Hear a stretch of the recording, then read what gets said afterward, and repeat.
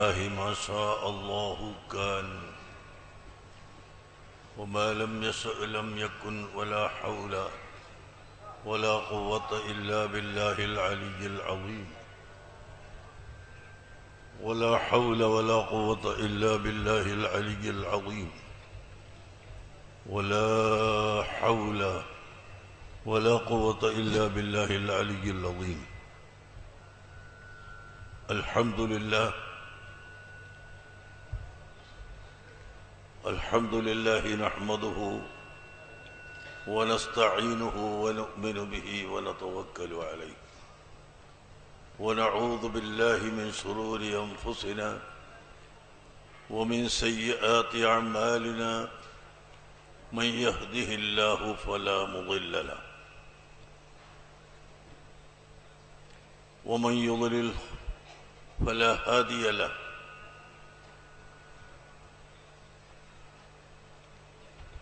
ونشهد أن لا إله إلا الله وحده لا شريك له ونشهد أن سيدنا ونبينا محمدا عبده ورسوله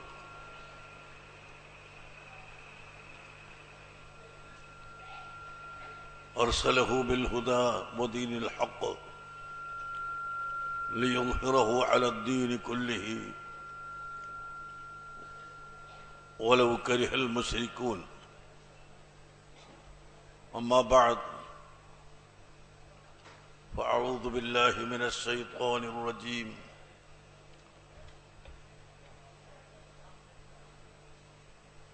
بسم الله الرحمن الرحيم.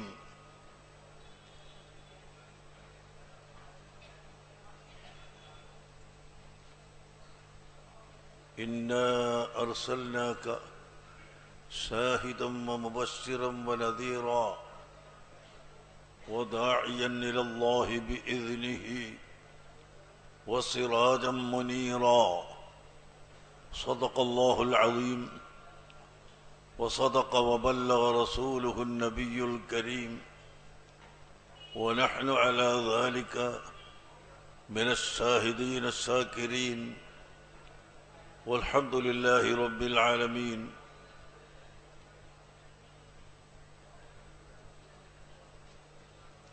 قال رسول الله صلى الله عليه وسلم: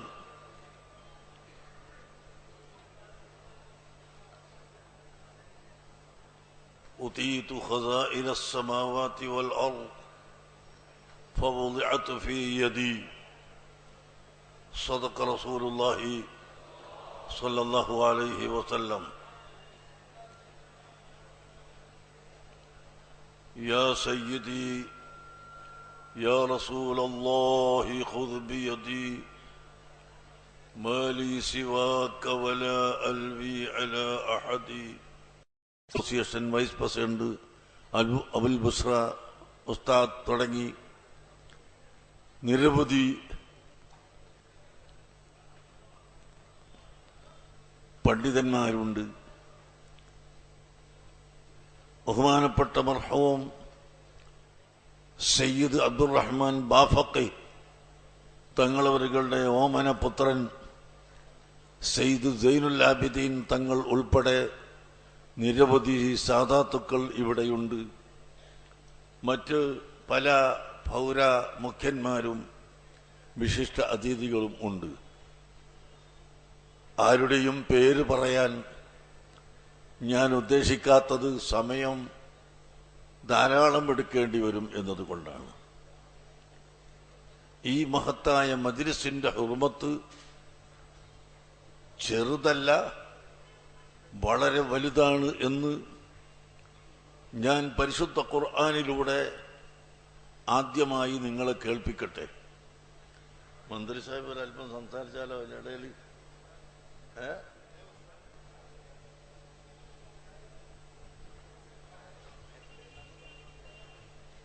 തിരക്കുണ്ടെങ്കിൽ അല്ല, അതുവരെ ഇരിക്കാനാവുണ്ടാവില്ല.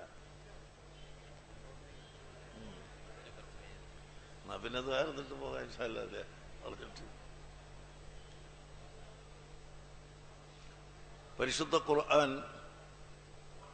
പ്രഖ്യാപിച്ചു, يا أيها الناس قد جاءتكم موعظة من ربكم وشفاء لما في الصدور قل بفضل الله وبرحمته فبذلك فليفرحوا هو خير مما يجمعون. സൂറത്ത് യൂനുസിൽ അല്ലാഹു സുബ്ഹാനഹു വ തആല പഠിപ്പിച്ച ഒരു ആയത്താണ് ഇത്. യാ അയ്യുഹന്നാസ്, ഓ മനുഷ്യരെ, ഖദ് ജാഅതുക്കും മൗഇദത്തും മിർ റബ്ബിക്കും, നിങ്ങളുടെ രക്ഷിതാവായ, നിങ്ങളുടെ സൃഷ്ടാവായ, നിങ്ങളുടെ സംരക്ഷകനായ അല്ലാഹു സുബ്ഹാനഹു വ തആലയിൽ നിന്നും നിങ്ങൾക്ക് ഉപദേശം വന്നു. അഥവാ നിങ്ങൾക്ക് ഉപദേശിച്ചു തരുന്ന, ഉപദേശങ്ങൾ ഉൾക്കൊള്ളുന്ന പരിശുദ്ധ ഖുർആൻ നിങ്ങൾക്ക് വന്നു. ഖദ് ജാഅതുക്കും മൗഇദത്തും മിർ റബ്ബിക്കും വശിഫാഉൻ ലിമാ ഫിസ്സുദൂർ, നിങ്ങളുടെ ഹൃദയത്തിലെ എല്ലാ രോഗങ്ങളും, എല്ലാ നീചനികൃഷ്ട മാലിന്യങ്ങളും നീക്കിക്കളയുന്ന, ശിഫ തരുന്ന വിശുദ്ധ ഖുർആൻ നിങ്ങൾക്ക് ലഭ്യമായി. മനുഷ്യന്റെ ഹൃദയം പലപ്പോഴും ചീത്തയായി പോകും. അല്ലാഹു സുബ്ഹാനഹു വ തആല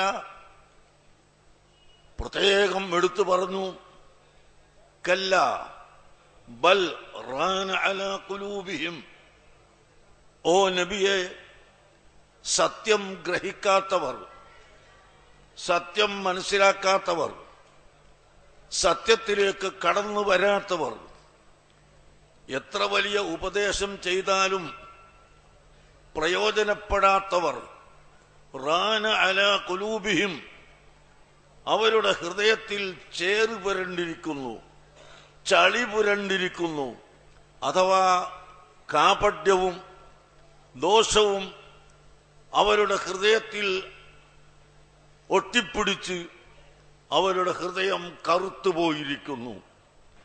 മറ്റൊരു ആയത്തിൽ അല്ലാഹു പറഞ്ഞു, വൈലുൽ ലിൽ ഖാസിയത്തി ഖുലൂബുഹും, ഹൃദയം കറുത്തുപോയവർക്ക് അല്ലാഹുവിന്റെ കഠിന കഠോരമായ ശിക്ഷയുണ്ട്. അല്ലെങ്കിൽ വൈലെന്ന് പറയുന്ന പ്രത്യേകമായ നരകം തന്നെ മനുഷ്യ ഹൃദയം കറുത്തുപോയാൽ ആ കറുത്തുപോയവർക്കുള്ളതാണ് എന്ന് ഖുർആൻ പഠിപ്പിച്ചു. കഠിന കഠോരമായ ശിക്ഷ അല്ലാഹു അവർക്ക് നൽകും. അങ്ങനെ ഹൃദയത്തിൽ ചേർ പിടിച്ച്, ഹൃദയത്തിൽ കറ പിടിച്ച്, ഹൃദയങ്ങളിൽ മാലിന്യങ്ങൾ ഒട്ടിപ്പിടിച്ച് നിൽക്കുന്ന ആളുകൾ രണ്ട് വിഭാഗമുണ്ട്. ഒന്ന്, എത്ര പറഞ്ഞാലും സ്വീകരിക്കാത്തവരും ശുദ്ധിയാവാത്തവരും. മറ്റൊന്ന്, കഴുകിയാൽ വൃത്തിയാകുന്നവർ. അങ്ങനെ വൃത്തിയായവരാണ് പ്രഗത്ഭരായ പല സ്വഹാബികളും.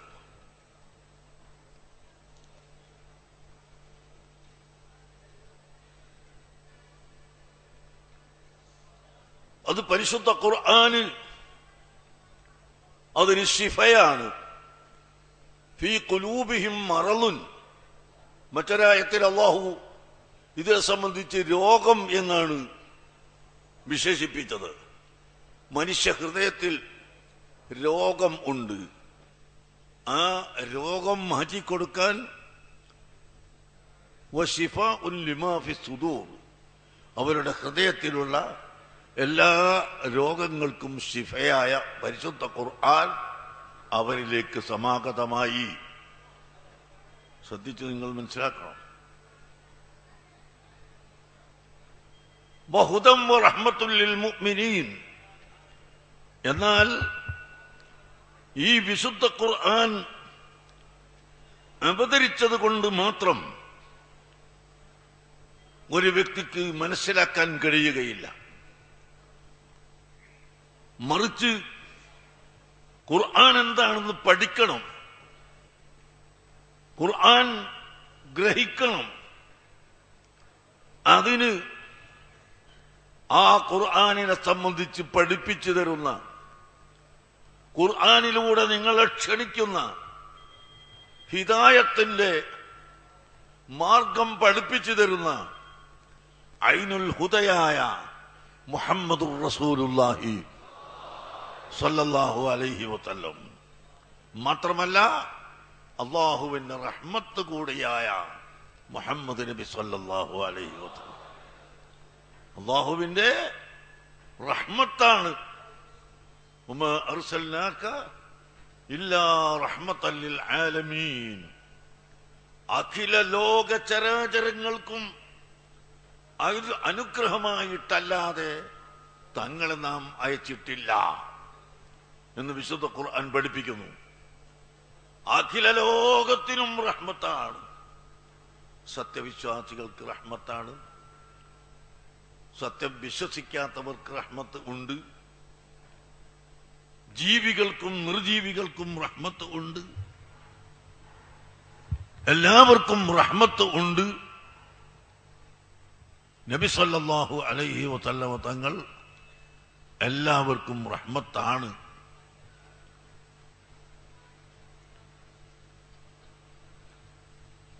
ആ റഹ്മത്ത്, റഹ്മത്തിന്റെ ഉടമസ്ഥർ എന്നല്ല, റഹ്മത്ത് കൊടുക്കുന്ന ആൾ എന്നല്ല, റഹ്മത്ത് തന്നെ, അല്ലാഹുവിന്റെ റഹ്മത്ത് തന്നെ. ആ റഹ്മത്തായ നബി സല്ലല്ലാഹു അലൈഹി വസല്ലമ തങ്ങളും നിങ്ങളിലേക്ക് മുജാദരായി, സമാഗതരായി. രണ്ട് വിഷയം, ഒന്ന് വിശുദ്ധ ഖുർആൻ, മറ്റൊന്ന് ഖുർആൻ പഠിപ്പിച്ചു തരുന്ന നബി സല്ലല്ലാഹു അലൈഹി വസല്ലം തങ്ങൾ. ഖുൽ, അല്ലാഹു പറയുന്നു, ഖുൽ, ഏ മഹ്ബൂബ്, ആ ഫർമായിയെ, ഓ നബിയെ, അവിടുന്ന് പഠിപ്പിച്ചു കൊടുക്കുക, അവിടുന്ന് പറഞ്ഞു കൊടുക്കുക. ബിഫളില്ലാഹി വബിറഹ്മതിഹി, ഇത് അല്ലാഹുവിന്റെ ഔദാര്യം കൊണ്ടും അവന്റെ അനുഗ്രഹം കൊണ്ടും നിങ്ങൾക്ക് ലഭിച്ചതാണ്. അല്ലാഹു നിങ്ങൾക്ക് അവന്റെ ഔദാര്യം കൊണ്ട്, അവന്റെ അനുഗ്രഹം കൊണ്ട് നൽകിയിട്ടുള്ളതാണ്. ഫബിദാലിക ഫല്യഫ്റഹു, ഇവിടെയാണ് നമ്മുടെ വിഷയം. ഫബിദാലിക ഫല്യഫ്റഹു, ആകയാൽ, ഫബിദാലിക ഐ ബിനുസൂലിൽ ഖുർആനി വമജീഇൻ നബിയ്യി സ്വല്ലല്ലാഹു അലൈഹി വസല്ലമ ഫഅലൈഹിം അൻ യഫ്റഹു.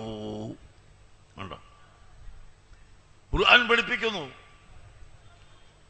മുഹമ്മദ് നബി സ്വല്ലല്ലാഹു അലൈഹി വസല്ലം തങ്ങളുടെ ആഗമനത്തിലും പരിശുദ്ധ ഖുർആനിന്റെ അവതരണത്തിലും സംശയം കൂടാതെ ഉറപ്പിച്ചുകൊണ്ട് ഹൃദയത്തിൽ സന്തോഷം പ്രകടിപ്പിച്ചുകൊള്ളണം. ഫബിദാലിക ഫല്യഫ്റഹു, സന്തോഷം പ്രകടിപ്പിക്കണം, ആഹ്ലാദം കൊള്ളണം. മനുഷ്യന്റെ ജീവിതത്തിൽ മനുഷ്യൻ ആഹ്ലാദിക്കുന്ന, സന്തോഷിക്കുന്ന പല ഘട്ടങ്ങളും ഉണ്ടല്ലോ. ഒരു പുതിയ വീട് ഉണ്ടാക്കി ആ വീട്ടിൽ താമസിക്കുമ്പോൾ മനുഷ്യന് സന്തോഷമുണ്ടാകും.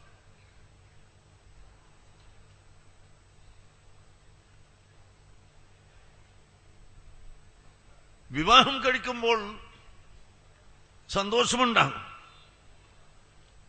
കുട്ടി ജനിക്കുമ്പോൾ സന്തോഷമുണ്ടാകും.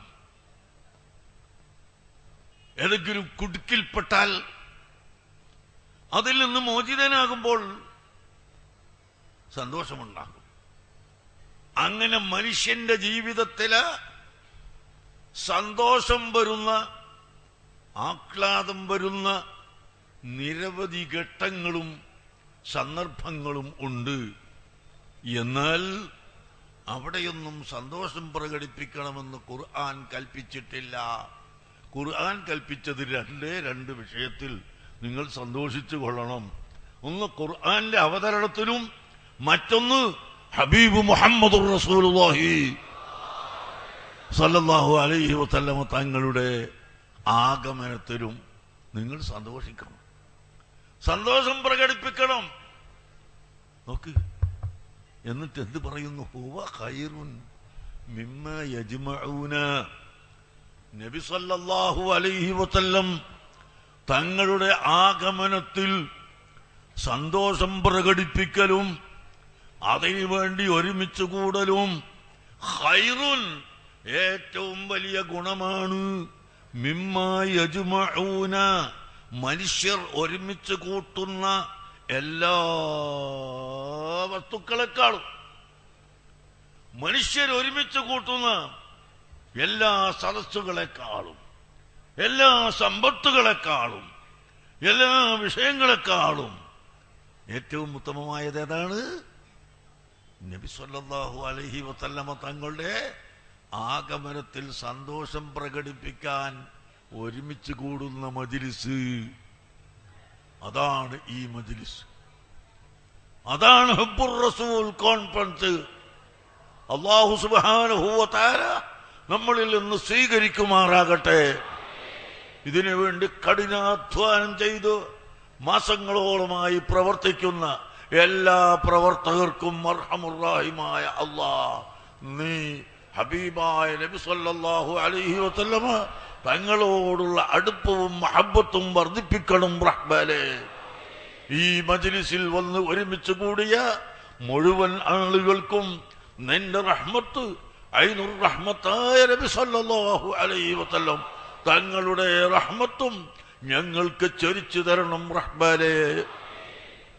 പ്രിയപ്പെട്ട സഹോദരങ്ങളെ, ഈ പുണ്യമായ സദസ്സ് സംഘടിപ്പിക്കുന്നതിന്റെ ലക്ഷ്യമെന്ത്?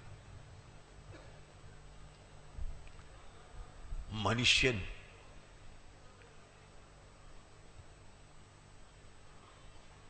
അധാർമികതയിൽ നിന്ന് ധാർമ്മികതയിലേക്ക് വരണം, അരാജകത്വത്തിൽ നിന്ന് മോചിതനാവണം, അസത്യത്തിൽ നിന്ന് സത്യത്തിലേക്ക് കടക്കണം, അക്രമമില്ലാത്ത നീതിയും യുക്തവുമായ കാര്യങ്ങൾ ചെയ്യുന്നവനാവണം.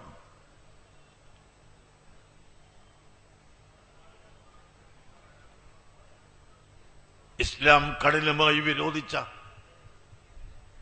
കള്ളുകുടിയും വ്യഭിചാരവും കൊലയും ചതിയും വഞ്ചനയും തുടങ്ങിയ കാര്യങ്ങളിൽ നിന്ന് മനുഷ്യൻ രക്ഷപ്പെട്ടു വരണം.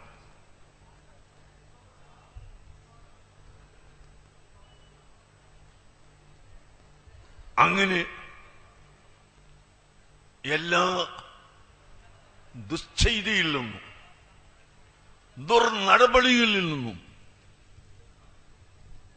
തെറ്റായ വിശ്വാസങ്ങളിൽ നിന്നും നീതനികൃഷ്ടമായ പ്രവർത്തനത്തിൽ നിന്നും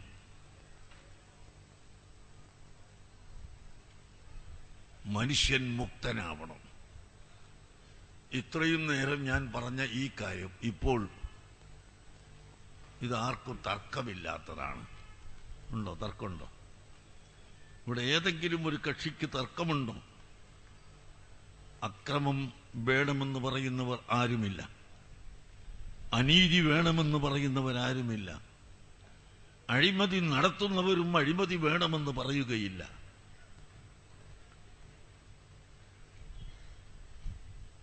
നീതിയും യുക്തവും സമാധാനവും അനിവാര്യമാണ് എന്ന് പറയാത്തവർ ആരുമില്ല. എന്നാൽ ഞാൻ പറയുന്നു, മുസ്ലിം ആവട്ടെ, നോൺ മുസ്ലിം ആവട്ടെ, ഹിന്ദു ആവട്ടെ, ക്രിസ്ത്യാനിയാവട്ടെ, ജൂതനാവട്ടെ, ബുദ്ധനാവട്ടെ, ജൈനനാവട്ടെ, ആര് തന്നെ ആയാലും മുഹമ്മദുർ റസൂലുള്ളാഹി സ്വല്ലല്ലാഹു അലൈഹി വസല്ലമ തങ്ങളുടെ ജീവിതചര്യ പഠിച്ചാൽ ഇതിനെല്ലാം മാർഗം അവർക്കുണ്ട്. മതങ്ങൾ തമ്മിൽ അഭിപ്രായ വ്യത്യാസമുള്ള പലതുമുണ്ടെങ്കിലും ഞാൻ ഈ പറഞ്ഞ കാര്യത്തിൽ ഒരു മതവും തമ്മിൽ അഭിപ്രായ വ്യത്യാസം ഇല്ല. ഏതെങ്കിലും ഒരു മതം ഇവിടെ മദ്യം ഉപയോഗിക്കണമെന്ന് പറയുന്നവർ ഇല്ല, വ്യഭിചാരം വേണമെന്ന് പറയുന്നവരില്ല, പാവപ്പെട്ടവരെ അകാരണമായി കൊന്നൊടുക്കണമെന്ന് പറയുന്നവരില്ല. അഫ്ഗാനിസ്ഥാനിലെ സ്കൂളുകളിൽ നിന്ന് ഉച്ച സമയത്ത് പുറത്തിറങ്ങിയ കുട്ടികൾക്ക് ഹെലികോപ്റ്ററിൽ വന്ന് മിഠായി വിതരണം നടത്തുകയും അത് പെറുക്കിയെടുത്ത് വായിലിട്ടപ്പോൾ പൊട്ടിത്തെറിച്ച് കുട്ടികൾ, 1000-ലധികം കുട്ടികൾ മരിച്ചു പോവുകയും ചെയ്ത സംഭവം. അത് നടത്തിയ അമേരിക്കയും തീവ്രവാദത്തിനെതിരെ, ഭീകരതക്കെതിരെ പ്രസംഗിക്കുകയാണ്. ഭീകരതയും തീവ്രതയും ഇല്ലായ്മ ചെയ്യണമെന്ന് അവരും പ്രസംഗിക്കുന്നു. എന്റെ പ്രിയപ്പെട്ട വാർത്താമാധ്യമങ്ങളോട്, ചാനലുകളോടും റിപ്പോർട്ടർമാരോടും എനിക്ക് വിനീതമായി പറയാനുള്ളത്, നിങ്ങൾക്ക് ഈ രാജ്യത്ത് ഒരളവോളം സമാധാനമുണ്ടാക്കാൻ കഴിയും. പത്രപ്രവർത്തകർക്ക്, ചാനലുകൾക്ക്, വാർത്താമാധ്യമങ്ങൾക്ക് ഇല്ലാത്ത വസ്തു ഊതിവീർപ്പിച്ച് വലുതാക്കി കാണിക്കാൻ കഴിയും. ഉള്ളത് മൂടിവെക്കാനും കഴിയും. അങ്ങനെ ചെയ്യുന്നവർ ചിലരുണ്ട് ഇവിടെ. ചിലർ എന്ന് ഞാൻ പറഞ്ഞ വാക്ക് നിങ്ങൾ വിട്ടുപോകണ്ട.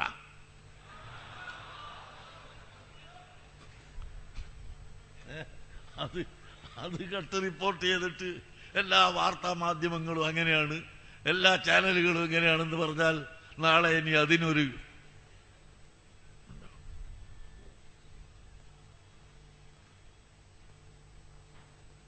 ഞാൻ പറഞ്ഞു, സ്ത്രീകൾക്ക് ഏറ്റവും വലിയ സ്ഥാനം ഉണ്ടാക്കിക്കൊടുത്ത മതം ഇസ്ലാമാണ്. പഴയ കാലത്ത് സ്ത്രീകൾ കുഴിച്ചു മൂടപ്പെട്ടിരുന്നു. ആ കുഴിച്ചു മൂടപ്പെട്ട സ്ത്രീകളെ കുഴിച്ചു മൂടാൻ പാടില്ല, അവരും മനുഷ്യരാണ് എന്ന് പഠിപ്പിച്ചുകൊണ്ട് ജീവിതം കൊടുത്തത് ഇസ്ലാം ആണ്. സ്വത്തവകാശം പണ്ട് ഉണ്ടായിരുന്നില്ല, അത് ഉണ്ടാക്കിക്കൊടുത്തത്, സ്ത്രീകൾക്ക് ഉണ്ടാക്കിക്കൊടുത്തത് ഇസ്ലാം ആണ്. സ്ത്രീകളെ ആക്രമിക്കുന്നതിന് പകരം, അവരെ കൊന്നൊടുക്കുന്നതിന് പകരം നിങ്ങൾ അവരെ സംരക്ഷിക്കണം എന്ന് കൽപ്പിച്ചത് ഇസ്ലാമാണ്. ഇസ്തൗസൂ ബിന്നിസാഇ ഖൈറാ, ഇസ്തൗസൂ ബിന്നിസാഇ ഖൈറാ. ധാരാളം ആലിമ്യങ്ങളുണ്ടല്ലോ ഈ മജ്ലിസിൽ. എന്താണ് ഈ വാക്കിന്റെ അർത്ഥം?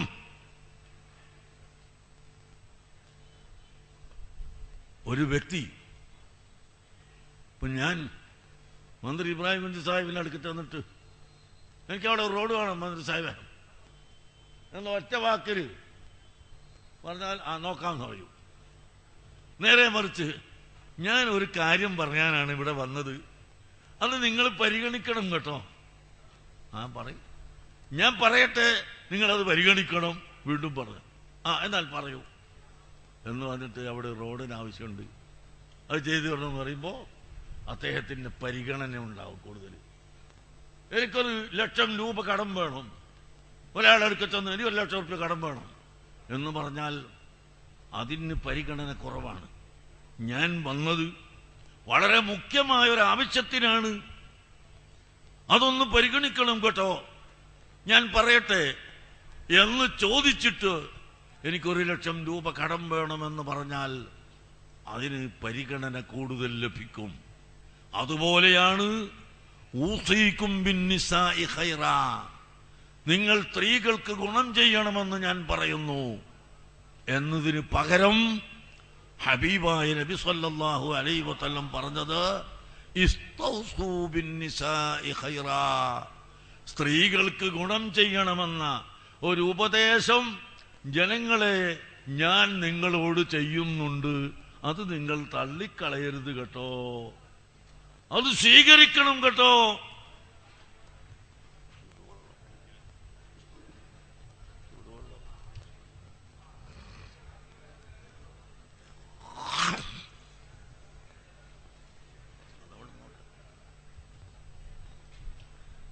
തള്ളിക്കളയരുത്.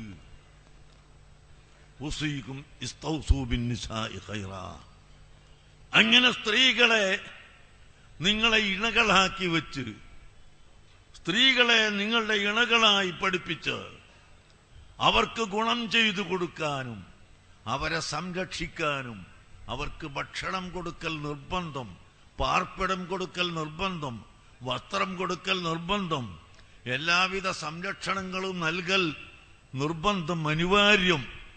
ഈ നിലക്ക് ഹബീബായ നബി സല്ലല്ലാഹു അലൈഹി വസല്ലം തങ്ങൾ സ്ത്രീകൾക്ക് ഏറ്റവും വലിയ പുരോഗതി കൊടുത്തു. അതിനു പുറമെ അവരെ പ്രകൃതിയിൽ തന്നെ പുരുഷന്മാരുമായി വ്യത്യാസപ്പെടുന്ന പ്രകൃതി കൊടുത്തു. ഇന്ന് നമുക്ക് കാണാം, നമ്മുടെ സ്കൂളുകളിൽ KG ക്ലാസുകളിൽ പഠിപ്പിക്കുന്നത് മുഴുവനും സ്ത്രീകളാണ്. പുരുഷന്മാർക്കത് കഴിയില്ല. ചെറിയ പിഞ്ചു കുട്ടികളെ വളർത്തിയെടുക്കാനും അവരെ പരിചരിക്കാനും സ്ത്രീകൾക്കാണ് കഴിയുന്നത്.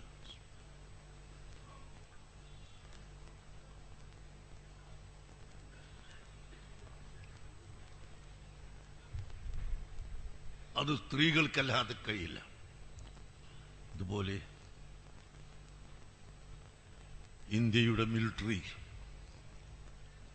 ഇന്ത്യ രാജ്യത്തിന്റെ മിലിറ്ററി പട്ടാളം, അമേരിക്കൻ മിലിറ്ററി പട്ടാളം, അതിന്റെ എല്ലാം കമാൻഡർമാരും ഉന്നതമായ സ്ഥാനത്തിരിക്കുന്നവരും പുരുഷന്മാരാണ്. സ്ത്രീകൾ വളരെ ചുരുക്കമാണ്.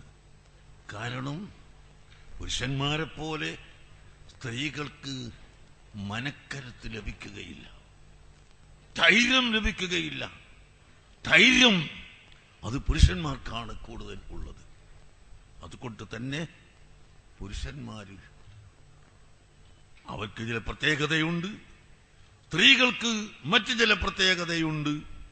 എല്ലാവർക്കും ഇസ്ലാം അർഹമായ സ്ഥാനം കൊടുത്തു എന്ന് ഞാൻ പറഞ്ഞ ഒരു ക്ലാസ്സിൽ പറഞ്ഞ, പൊതു സ്റ്റേജിലുമല്ല, ഒരു ക്ലാസ്സിൽ പറഞ്ഞ വിഷയം ആരോ ചിലർ അടർത്തിയെടുത്ത് ഇവിടെ എന്തെല്ലാം ഉണ്ടായി, വളരെയധികം ഒച്ചപ്പാടുകൾ ഉണ്ടാക്കി. സത്യം പിന്നീട് വെളിച്ചത്ത് വന്നു. അതുകൊണ്ടാണ് ഞാൻ പറയുന്നത്, ചിലർ എന്ന വാക്ക് നിങ്ങൾ വിട്ടുപോകണ്ടെന്ന്. ഏതായാലും നമ്മുടെ രാജ്യത്ത് സമാധാനം വേണം. വർഗീയത പാടില്ല എന്ന് പറയുമ്പോൾ എല്ലാവിധത്തിലുള്ള വർഗീയതയും ഒഴിവാകണം. രാഷ്ട്രീയ വർഗീയത അത് വലിയ വിപത്താണ്. രാഷ്ട്രീയത്തിന് വേണ്ടി പ്രവർത്തിക്കാം. ഓരോ കക്ഷികളും അവരുടെ രാഷ്ട്രീയ പാർട്ടിക്ക് വേണ്ടി അധ്വാനിക്കുന്നു, പ്രവർത്തിക്കുന്നു, വോട്ട് പിടിക്കുന്നു. പക്ഷെ അവിടെയും രാഷ്ട്രീയ വർഗീയത വന്നുകൊണ്ട് അങ്ങുമിങ്ങും പരസ്പരം കൊന്നുകളയുന്ന രാഷ്ട്രീയം ഇവിടെയും ഉണ്ടായിക്കൂടാ. നമ്മുടെ രാജ്യത്ത് അൽഹംദുലില്ലാഹ് അത്ര ശക്തി വന്നിട്ടില്ലെങ്കിലും ഇവിടെയും അങ്ങനെ തുടങ്ങുന്നുണ്ടോ എന്ന് നമുക്ക് സംശയം തോന്നുകയാണ്. മറ്റു പല രാജ്യങ്ങളിലും രാഷ്ട്രീയ വർഗീയത ശക്തമായി നടക്കുന്നതിൻ്റെ കാരണമാണ് ഇന്ന് യമനിലും സിറിയയിലും ലിബിയയിലും ഇറാഖിലുമെല്ലാം നടന്നുകൊണ്ടിരിക്കുന്ന ഈ യുദ്ധങ്ങൾ. അത്തരം വർഗീയതയിലേക്ക് രാഷ്ട്രീയക്കാർ പോയാൽ നമ്മുടെ രാജ്യവും അതുപോലെ കുട്ടിച്ചോറായി പോകും എന്ന് എല്ലാ രാഷ്ട്രീയ വിഭാഗം ആളുകളും ചിന്തിക്കണമെന്ന് കൂടി ഞാൻ സാന്ദർഭികമായി പറയുന്നു. ഇതൊക്കെ ഞാൻ ഇവിടെ പറയുന്നത് ലഖദ് കാന ലക്കും ഫീ റസൂലില്ലാഹി ഉസ്വത്തുൻ ഹസന, അല്ലാഹുവിന്റെ റസൂലിൽ നിങ്ങൾക്ക് നല്ല മാതൃകയുണ്ട്. പരിശുദ്ധ ഖുർആൻ പറഞ്ഞു, നല്ല മാതൃകയുണ്ട്.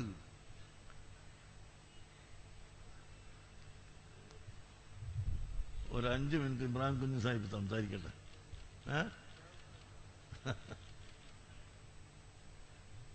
ലഖദ് കാന ലക്കും ഫീ റസൂലില്ലാഹി ഉസ്വത്തുൻ ഹസന, അല്ലാഹുവിന്റെ റസൂലിൽ നിങ്ങൾക്ക് ഏറ്റവും നല്ല മാതൃകയുണ്ട്. ഭരണത്തിൽ മാതൃകയുണ്ട്, വിദ്യാഭ്യാസ പദ്ധതിയിൽ മാതൃകയുണ്ട്, സൈന്യത്തെ നിയന്ത്രിക്കുന്നതിൽ മാതൃകയുണ്ട്, കച്ചവടം ചെയ്യുന്നതിൽ മാതൃകയുണ്ട്, കുടുംബവുമായി ബന്ധപ്പെടുന്നതിൽ മാതൃകയുണ്ട്, ധനവാന്മാരും സാധുക്കളും തമ്മിൽ ബന്ധപ്പെടുന്നതിൽ മാതൃകയുണ്ട്, ആലിമീങ്ങളും അല്ലാത്തവരും തമ്മിലുള്ള ബന്ധത്തിൽ മാതൃകയുണ്ട്. അങ്ങനെ മനുഷ്യന്റെ ജീവിതത്തിൽ എന്തെല്ലാം വരുന്നു അവിടെ മുഴുവനും മാതൃകയുണ്ട്. ലഖദ് കാന ലക്കും ഫീ റസൂലില്ലാഹി ഉസ്വത്തുൻ ഹസന, അല്ലാഹുവിന്റെ ഹബീബിൽ നിങ്ങൾക്ക് മാതൃകയുണ്ട്. എല്ലാ വിഷയത്തിലും മാതൃകയുണ്ട്. കാരണം അത്രയും ബുദ്ധിയുള്ള ഒരു മനുഷ്യനെ അല്ലാഹു ലോകത്ത് പടച്ചിട്ടില്ല. നബി സല്ലല്ലാഹു അലൈഹി വസല്ലം തങ്ങളുടെ ബുദ്ധി പോലെ, അതാണല്ലോ ഏറ്റവും പ്രധാനപ്പെട്ടത്. മനുഷ്യന്റെ ബുദ്ധിയാണ് ഏറ്റവും പ്രധാനപ്പെട്ടത്. ബുദ്ധിയാണ്. ബുദ്ധി നഷ്ടപ്പെട്ടു പോയാൽ പിന്നെ ഒന്നിനും മനുഷ്യരെ കൊള്ളൂല. ഇന്ത്യൻ പ്രസിഡന്റായ ഒരാള്, അല്ലെങ്കിൽ ഏതെങ്കിലും ഒരു രാഷ്ട്രത്തിന്റെ പ്രസിഡന്റായ ഒരാൾ, അല്ലെങ്കിൽ പ്രധാനമന്ത്രിയായ ഒരാൾ പിന്നീട് മാനസിക രോഗിയായി മാറിപ്പോയാൽ അദ്ദേഹത്തിന് പഞ്ചായത്തിൽ മത്സരിക്കാൻ പോലും പിന്നീട് സീറ്റ് കൊടുക്കുകയില്ല. കാരണം അദ്ദേഹത്തിന് ബുദ്ധിയില്ലാത്തത് കൊണ്ടാണ്. അതുകൊണ്ടാണ് പരിശുദ്ധ ഇസ്ലാം മദ്യപാനത്തെ വളരെ കർശനമായി വിരോധിച്ചു. മദ്യപാനം അത് മനുഷ്യന്റെ ബുദ്ധി നശിപ്പിച്ച് മനുഷ്യന് മൃഗതുല്യനാക്കുന്ന വസ്തുവാണ്. ഒരിക്കലും അത് പാടില്ല, അരുത് എന്ന് ഇസ്ലാം കൽപ്പിക്കുന്നു. ഒരിക്കലും മദ്യപിക്കരുത്, മയക്കുമരുന്നുകൾ ഉപയോഗിക്കരുത്. ഓ ചെറുപ്പക്കാരെ, രക്ഷിതാക്കളെ, നിങ്ങൾ ഉണരണം. നമ്മുടെ സ്കൂളുകളിൽ പോകുന്ന ഓരോ വിദ്യാർത്ഥിയെയും മയക്കുമരുന്നിന്റെ അടിമയാക്കി മാറ്റാൻ ഇവിടുത്തെ ലാഭക്കച്ചവടക്കാർ നടത്തുന്ന ശ്രമം, ഓ രക്ഷിതാക്കളെ, നിങ്ങളാരെങ്കിലും അറിഞ്ഞിട്ടുണ്ടോ, ചിന്തിച്ചിട്ടുണ്ടോ? സ്കൂളുകളുടെ മുമ്പിൽ തൂങ്ങിക്കിടക്കുന്ന, കോമ്പലകളായി തൂങ്ങിക്കിടക്കുന്ന മിഠായികൾ, ആ മിഠായികളിൽ പലതും മയക്കുമരുന്നുള്ളതാണെന്ന് വസ്തുത നിങ്ങൾ അറിയുന്നുണ്ടോ? ഇല്ലെങ്കിൽ നിങ്ങൾ ശ്രദ്ധിക്കുക. നമ്മുടെ കുട്ടികളെ, നമ്മുടെ സ്കൂളുകളിൽ പോയി മടങ്ങി വരുന്ന വിദ്യാർത്ഥികളെ മയക്കുമരുന്നിന്റെ അടിമകളായി മാറ്റാനുള്ള എല്ലാ സംവിധാനങ്ങളും ഇവിടുത്തെ വ്യാപാരികളിൽ ചിലർ അതാ നടത്തിക്കൊണ്ടിരിക്കുകയാണ്. ഗവൺമെന്റ് അത് അറിയുന്നോ ഇല്ലേ എന്ന് എനിക്കറിയില്ല. ഏതായാലും ഗവൺമെന്റ് അതൊരു പരിശോധനയ്ക്ക് വിധേയമാക്കേണ്ടതാണ് എന്നെനിക്ക് അഭിപ്രായമുണ്ട്. എന്താണ് സ്കൂളുകളിൽ നടക്കുന്നത്? എന്താണ് വിൽക്കുന്നത്? ഈ കാര്യങ്ങളൊക്കെ പഠിക്കണം. അങ്ങനെ മനുഷ്യന്റെ ബുദ്ധിയുടെ വികസനത്തിന്, ബുദ്ധിയുടെ വളർച്ചയ്ക്ക് അനിവാര്യമായ എല്ലാ നിയമങ്ങളും സയ്യിദുനാ മുഹമ്മദുർ റസൂലുള്ളാഹി സ്വല്ലല്ലാഹു അലൈഹി വസല്ലം തങ്ങൾ നമുക്ക് നിർദ്ദേശിച്ചു തന്നു. ഇസ്ലാമിന്റെ മുമ്പ് പരിശുദ്ധ മക്കയിലും അറബ് രാഷ്ട്രത്തിലും കള്ളുകുടിയന്മാർ വർദ്ധിച്ച കാലഘട്ടമായിരുന്നു. ഏതുവരെ എന്ന് പറഞ്ഞാൽ, ഞാൻ മരിച്ചു കഴിഞ്ഞാൽ മുന്തിരിങ്ങയുടെ വള്ളി എന്റെ കബറിന്റെ മുകളിൽ കുഴിച്ചിടണം എന്ന് പറഞ്ഞ വിഡ്ഢികളുണ്ടായിരുന്നു. എന്താണ് മുന്തിരിങ്ങച്ചാറ്?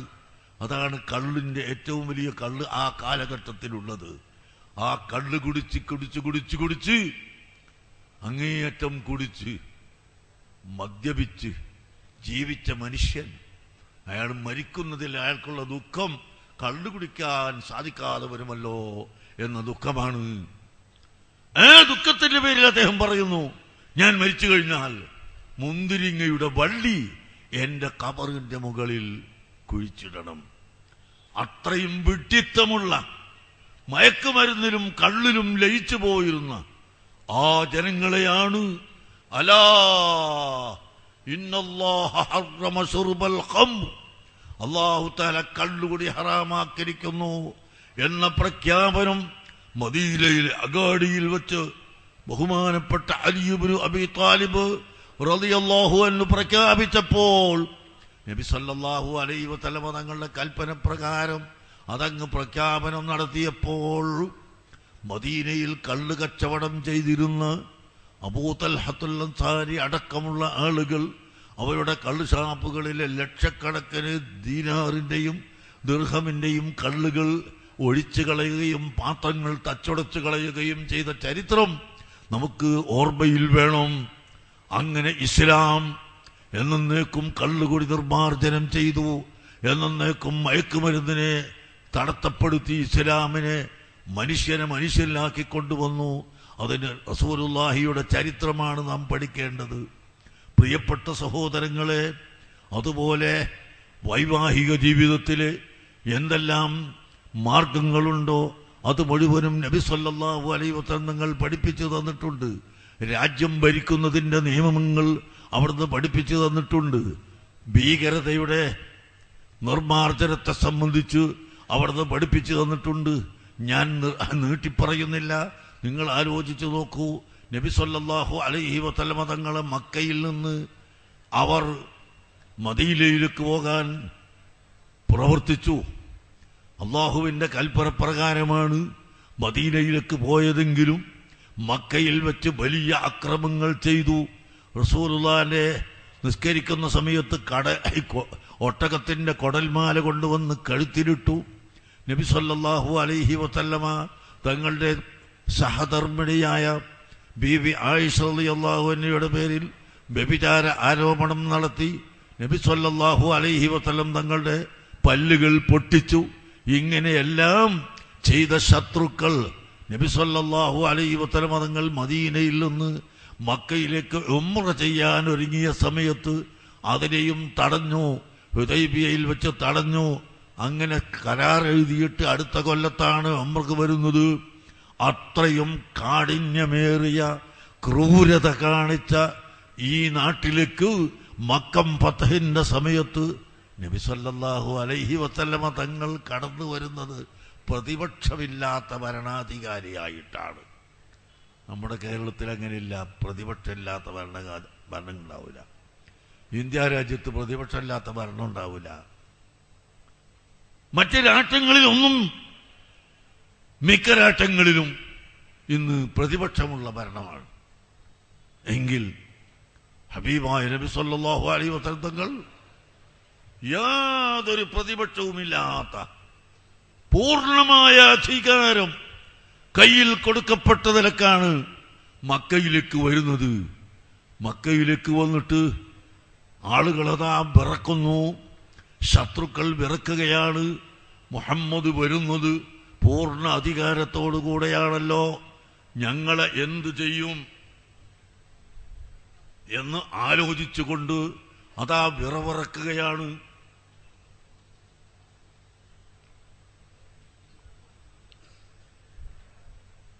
എല്ലാവരും ഒരുമിച്ച് കൂട്ടി. അവിടുത്തെ പ്രഖ്യാപനം എന്താ? ഇൻതലിഖൂ അൻതും തുലഖാ, പോവുക, എല്ലാവരും പോയിക്കോ, നിങ്ങളെ ഞാൻ വിട്ടയച്ചിരിക്കുന്നു, വെറുതെ വിട്ടയച്ചിരിക്കുന്നു. ഇതല്ലേ ഇസ്ലാം കാണിച്ച മാതൃക? ഇതേ മാതൃക ബഹുമാനപ്പെട്ട സലാഹുദ്ദീനുൽ അയ്യൂബി ഈജിപ്തും പരിസരവുമെല്ലാം ഫലസ്തീനും ഖുദ്സും എല്ലാം ഫതഹാക്കി കൈവശപ്പെടുത്തിയ ബഹുമാനപ്പെട്ട സലാഹുദ്ദീനുൽ അയ്യൂബി മസ്ജിദുൽ അഖ്സ എന്ന മൂന്നാമത്തെ പള്ളിയില്ലേ, അവിടെ പോയി നോക്കിയാൽ നിങ്ങൾക്ക് കാണാം ബഹുമാനപ്പെട്ട മസ്ജിദുൽ അഖ്സയോട് ചേർന്നുകൊണ്ട് സലാഹുദ്ദീനുൽ അയ്യൂബി തങ്ങൾ കൂട്ടിച്ചേർത്ത കെട്ടിടം നമുക്ക് കാണാം. അവിടുന്ന് വെച്ച് കൊടുത്ത കവാടം നമുക്ക് കാണാം. അവിടുന്ന് വെച്ച് കൊടുത്ത എല്ലാ സംഗതികളും അവിടെ കാണാം. അങ്ങനെ ഫലസ്തീനും ഖുദ്സും എല്ലാം അധീനപ്പെടുത്തിയ സലാഹുദ്ദീനുൽ അയ്യൂബി റഹ്മത്തുള്ളാഹി അലൈഹി, സഹോദരങ്ങളെ, മുസ്ലിമീങ്ങളിൽ നിന്ന് 1000 പേരെ പിടിച്ചു വെച്ച് അതിന്റെ മുമ്പത്തെ ഭരണാധികാരികളായ ക്രിസ്ത്യാനികൾ മുസ്ലിം സമുദായത്തെ ഒറ്റ ഒന്നും വെക്കാതെ 1000 പേരെ ചെറുപിടിച്ചുകൊണ്ട് 1000 പേരെയും തലവെട്ടി കൊന്നുകളഞ്ഞിരുന്നു. ആ സൈന്യങ്ങളെ ബഹുമാനപ്പെട്ട സലാഹുദ്ദീനുൽ അയ്യൂബി ഈജിപ്തും ഫലസ്തീനും പരിസരവും ഫത്ഹാക്കിയ സമയത്ത് 1000-ന് 1000 ആളുകളെ പിടിക്കുന്നു. ക്രിസ്ത്യാനികളിൽ നിന്നുള്ള 1000 പേരെ പിടിക്കുന്നു. ജൂതന്മാരിൽ നിന്ന് ഏതാനും ആളുകളെ പിടിച്ച് ബന്ധാക്കുന്നു. അങ്ങനെ ബന്ധാക്കിയിട്ട് അവരോട് ചോദിക്കുന്നു, ഓ ജനങ്ങളെ, നിങ്ങൾ എന്താണ് എന്നിൽ നിന്ന് ഉദ്ദേശിക്കുന്നത്? എന്നിൽ നിന്ന് നിങ്ങൾ എന്താണ് പ്രതീക്ഷിക്കുന്നത്? സലാഹുദ്ദീനുൽ അയ്യൂബി ചോദിച്ചപ്പോൾ അവർ പറഞ്ഞു, ഞങ്ങൾക്കൊന്നും പറയാനില്ല, ഞങ്ങൾ ചെയ്തത് അക്രമമാണ്. നിങ്ങളുടെ അനുയായികളായ 1000 മുസ്ലിമീങ്ങളെ ഒന്നായി വെട്ടിക്കൊന്നത് ഞങ്ങൾ ചെയ്ത അക്രമമാണ്. അതുകൊണ്ട് ഈ അക്രമത്തിന് പ്രതികാരം നിങ്ങൾ വീട്ടുമോ എന്ന പേടിയാണ് ഞങ്ങൾക്കുള്ളതെന്ന് പറഞ്ഞപ്പോൾ ബഹുമാനപ്പെട്ട സലാഹുദ്ദീനുൽ അയ്യൂബി റളിയല്ലാഹു അൻഹു പറഞ്ഞത് എന്താണ്? എന്റെ 1000 ആളുകളെ കൊന്ന ആളുകൾ ഇപ്പോൾ ഇവിടെയില്ല, അവരൊക്കെ മരിച്ചുപോയി. അതിന് പകരം കുറെ ക്രിസ്ത്യാനികളെ കിട്ടിയപ്പോൾ അവരെ കൊന്നുകളയുക എന്ന മനുഷ്യത്വരഹിതമായ സ്വഭാവം എന്നിലില്ല.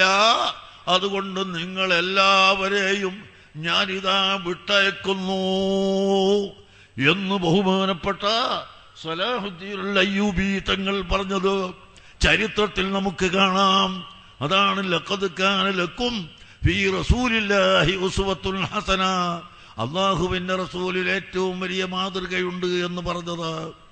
ശത്രുക്കളോട് എങ്ങനെ പെരുമാറണമെന്നും മറ്റുള്ള മതക്കാരോട് എങ്ങനെ കാണിക്കണമെന്നും സൗഹാർദ്ദവും മൈത്രിയും ഉണ്ടാക്കാൻ എന്ത് മാർഗമാണ് വേണ്ടതെന്നും ഇവിടെ കാണിച്ചു തന്നത് മുഹമ്മദുർ റസൂലുള്ളാഹി സല്ലല്ലാഹു അലൈഹി വസല്ലമ തങ്ങളാണ്. അതുകൊണ്ട് സഹോദരങ്ങളെ, നബി സല്ലല്ലാഹു അലൈഹി വസല്ലമ തങ്ങളെ ചരിത്രം പഠിക്കുക, നബി സല്ലല്ലാഹു അലൈഹി വസല്ലമ തങ്ങളെ പ്രിയം വെക്കുക, നബി സല്ലല്ലാഹു അലൈഹി വസല്ലമ തങ്ങളെ മേൽ സ്വലാത്തിനെ വർദ്ധിപ്പിക്കുക. ഞാൻ അധികമായി സംസാരിക്കുന്നില്ല. ഞാൻ നിങ്ങളോട് പറയുന്നു, അക്രമത്തിലൂടെ, അനീതിയിലൂടെ ഇസ്ലാം എവിടെയും അധികാരത്തിൽ വന്നിട്ടില്ല. ഞാൻ എൻ്റെ പത്രക്കാരോട്, വാർത്താമാധ്യമങ്ങളോട് പ്രത്യേകം ആണയിട്ട് ആവർത്തിച്ച് പറയുന്നു, അക്രമത്തിലൂടെ ഇസ്ലാം എവിടെയും അധികാരത്തിൽ വന്നിട്ടില്ല.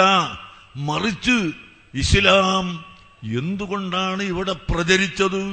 എല്ലാ മുക്കിലും മൂലയിലും, ലോകത്തുള്ള മുഴുവൻ മൂലകളിലും ഇസ്ലാം പ്രചരിച്ചത് അഷ്റഫുൽ ഖൽഖ് സല്ലല്ലാഹു അലൈഹി വസല്ലമ തങ്ങളുടെ മുഅ്ജിസത്ത്. ആ മുഅ്ജിസത്തിന് ശേഷം മഹാന്മാരായ സഹാബത്തിന്റെ കറാമത്ത്, ഔലിയാക്കളുടെ കറാമത്ത് നമ്മുടെ കേരളക്കരയിലാവട്ടെ. സഹോദരങ്ങളെ, ഞാൻ ചോദിക്കട്ടെ, ഇസ്ലാം മതം വളരുന്നതിന് വേണ്ടി കേരളത്തിൽ ഇസ്ലാം മതം പ്രചരിക്കാൻ ഇവിടുത്തെ ഹിന്ദുക്കളും മുസ്ലിമീങ്ങളും യുദ്ധം ചെയ്തിട്ടുണ്ടോ? ഒരിക്കലും യുദ്ധം ചെയ്തിട്ടില്ല. ഇവിടുത്തെ ക്രിസ്ത്യാനികളും മുസ്ലിംകളും യുദ്ധം ചെയ്തിട്ടുണ്ടോ? ഒരിക്കലും യുദ്ധം ചെയ്തിട്ടില്ല. മറിച്ച് എന്തുകൊണ്ട് ഇസ്ലാം ഇവിടെ കേരളത്തിൽ വന്നു? എന്തുകൊണ്ട് ലോകത്ത് മുഴുവനും ഇസ്ലാം പ്രചരിച്ചു?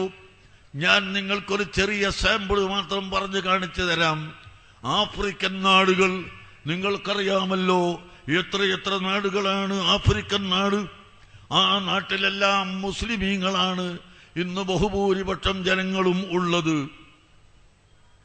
സുദാനിൽ 99% മുസ്ലിംകളാണ്.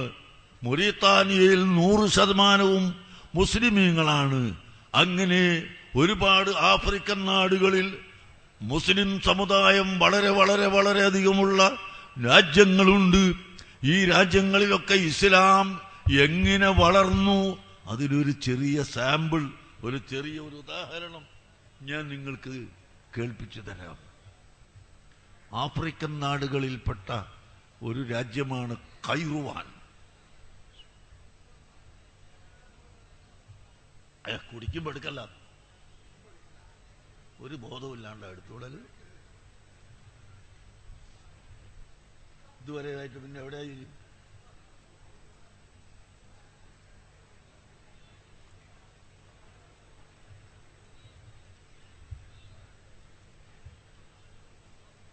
ഇതുവരെ എടുത്തില്ല, ഇനി മതി. എൻ്റെ താടിയന് നേരത്തുള്ള നടന്ന ഞാൻ ഇപ്പോഴും ഉള്ളത്.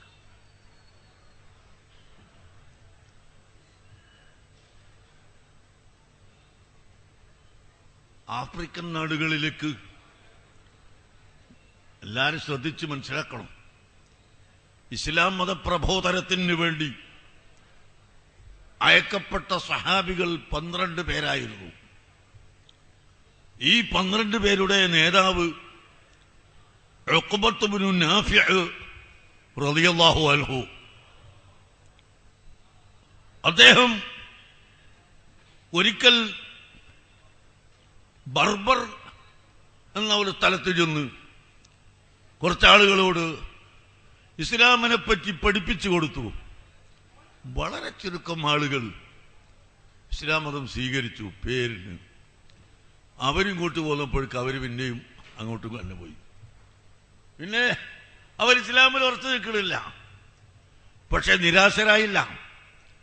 ഉഖ്ബത്ത് ഇബ്നു നാഫി റളിയല്ലാഹു അൻഹു തന്റെ അനുയായികളെയും കൊണ്ട് കൈറുവാൻ, ബർബറിന്റെ അടുത്തുള്ള കൈറുവാനിലേക്ക് പുറപ്പെട്ടു. എന്നിട്ട് അനുയായികളോട് പറഞ്ഞു, നമുക്കിവിടെ ഒരു ആസ്ഥാനമുണ്ടാക്കണം. നമ്മുടെ SYS-ഉം SSF-ഉം മറ്റ് സംഘടനകളും എല്ലാം ആസ്ഥാനം ഉണ്ടാക്കും. ഓരോ നാട്ടിലും പ്രവർത്തനത്തിന് ഓരോ ആസ്ഥാനം ഉണ്ടാക്കും.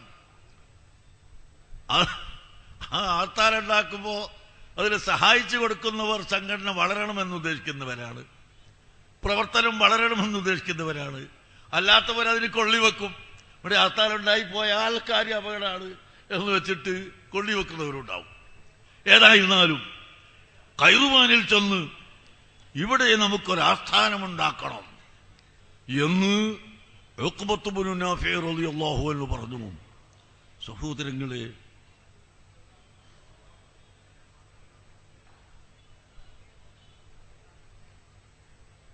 അങ്ങനെ അവരിങ്ങനെ നടക്കുകയാണ്. എവിടെയാണ് ആസ്ഥാനമുണ്ടാക്കാൻ പറ്റിയ സ്ഥലം? ആളുകളില്ലാത്ത ഒരു വിജന സ്ഥലം കണ്ടെത്തണം. കുറച്ച് ഉയർന്നോ സൗകര്യമുള്ള ഒരു സ്ഥലം കണ്ടെത്തണം എന്ന് കരുതി കൈറുവാനിലൂടെ നടന്ന് ഒരു സ്ഥലത്തെത്തി നോക്കുമ്പോൾ അവിടെ അതാ സിംഹങ്ങളും പുലിയും നിറഞ്ഞിട്ടിങ്ങനെ തലപൊക്കി നിൽക്കുകയാണ് ഒരു ഭാഗത്ത്. അവിടെ നിന്ന് ഒരു അല്പം തെറ്റിയപ്പോൾ വലിയ സർപ്പങ്ങളും വലിയ വലിയ വിഷം തീണ്ടുന്ന പാമ്പുകളും നിറഞ്ഞു കിടക്കുകയാണ്. ഉഖബത്ത് ബിൻ നാഫിഅ റളിയല്ലാഹു അൻഹുവിനോട് അനുയായികൾ പറഞ്ഞു, നമ്മൾ വെല്ലവിടുന്ന് സ്ഥലം പെടണം, അല്ലെങ്കിൽ ഓരോ കരടിയും പുലിയും നമ്മളെ കൊന്നുകളയും, പാമ്പുകളെ വിഷം ഊതി നമ്മളെ കൊന്നുകളയും, ഉടനെ പോകണം എന്ന് പറഞ്ഞപ്പോൾ ഇസ്ബിറു ഇസ്ബിറു ഇസ്ബിറു, നിങ്ങൾ ക്ഷമിക്കുക. കൂടെയുള്ള ആളുകളോട് ഉഖബത്ത് ബിൻ നാഫിഅ പറഞ്ഞു, നിങ്ങൾ